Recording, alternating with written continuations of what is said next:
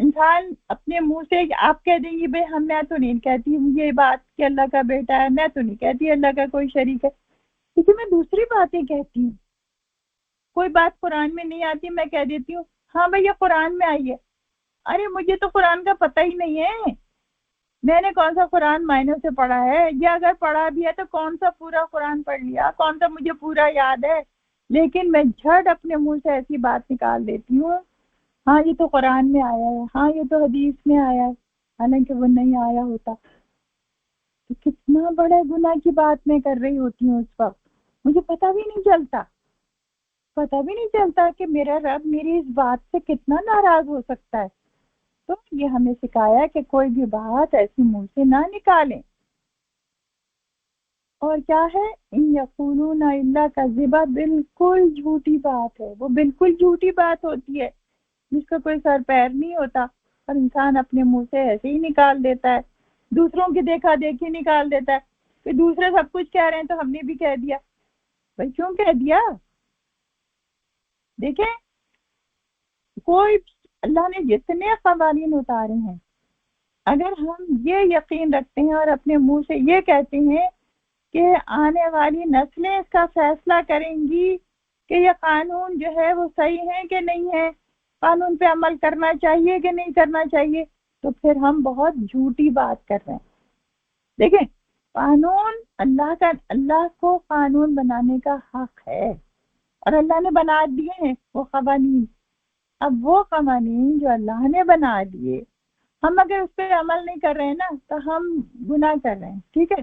لیکن اگر ہم یہ کہہ رہے ہیں کہ قانون بنانے کا حق ہمیں ہے، آج کل کا زمانہ ہے، تو ہم تو جو ہے شرک کر رہے ہیں، ہم تو بہت برا کام کر رہے ہیں.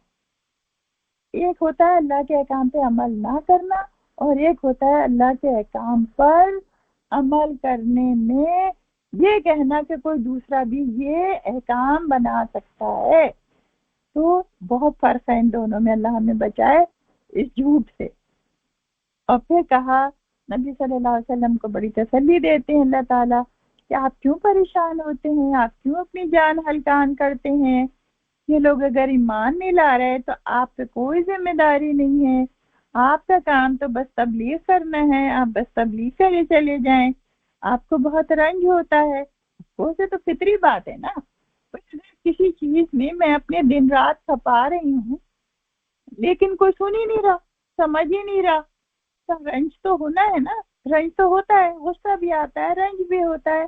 نبی صلی اللہ علیہ وسلم کے بارے میں آتا ہے کہ آپ صلی اللہ علیہ وسلم جب حج ہوتا تھا تو حج میں خیمے لگتے تھے، لوگ آتے تھے دور دور سے حج کے لیے. آپ ہر خیمے میں جاتے تھے اور کہتے تھے لوگوں میں اللہ کا رسول ہوں، لوگوں اللہ نے تمہارے لیے ہدایت بھیجی ہے، لوگوں کہو لا الہ الا اللہ محمد الرسول اللہ. ایک اس میں لوگ آپ کا مذاق اڑاتے، اوپر سے پیچھے سے آپ کا چچا آ جاتا ہے ابو لہب اور وہ کہتا ہے یہ میرا بھتیجا ہے، یہ جھوٹا ہے، یہ کوئی نبی نہیں ہے. تو آپ دیکھیں کتنا آپ کو رنج ہوتا ہوگا، کتنا جب لوگ ہنستے ہوں گے تو آپ پریشان ہوتے ہوں گے، ہے نا. لیکن آپ نے وہ کام کبھی چھوڑا نہیں، مستقل کرتے رہے، لوگوں کو بلاتے رہے. اور وہ بڑی پیاری حدیث ہے نا جس میں نبی صلی اللہ علیہ وسلم نے فرمایا کہ میری مثال اور تمہاری مثال ایسی ہے کیسے جیسے ایک شخص نے آگ جلائی روشنی کے لیے، اب روشنی کے لیے آگ جلائی اس نے، اب جو پروانے ہیں وہ تو گرے جا رہے ہیں آگ میں، اور کہتے ہیں کہ میں بہت روک رہا ہوں ان پروانوں کو گرنے سے، وہ نہیں رک رہے. تو بالکل ایسا ہی ہے کہ میں جہنم میں جانے سے تمہیں روک رہا ہوں کہ تم نہ ایسے کام کرو جو جہنم میں جانے والے ہیں، تم یہ کام کرو جو جنت میں جانے، تم سن ہی نہیں رہے ہو. تو سبحان اللہ کہا کہ آپ بالکل رنج مت کریں، ہمارا کام ہے ان کو ہدایت دینا، آپ کا کام ہے تبلیغ کرنا. تو مجھے اور آپ کے لیے اس میں کیا ہے، میرے اور آپ کے لیے، کہ ہم بھی اللہ کا کام کرتے رہیں اور رزلٹ اللہ پہ چھوڑ دیں. ہم تو بس اس بات کے مکلف ہیں کہ ہم نے میسج پہنچایا کہ نہیں پہنچایا کہ لوگوں اللہ ایک ہے، محمد صلی اللہ علیہ وسلم اس کے رسول ہیں اور قیامت آنی ہی آنی ہے، ہمیں حساب دینا ہے. یہ میسج مجھے اور آپ کو دینا ہے. انا جعلنا، پھر اللہ تعالیٰ فرماتے ہیں کہ ما علی الارض زینۃ لہا،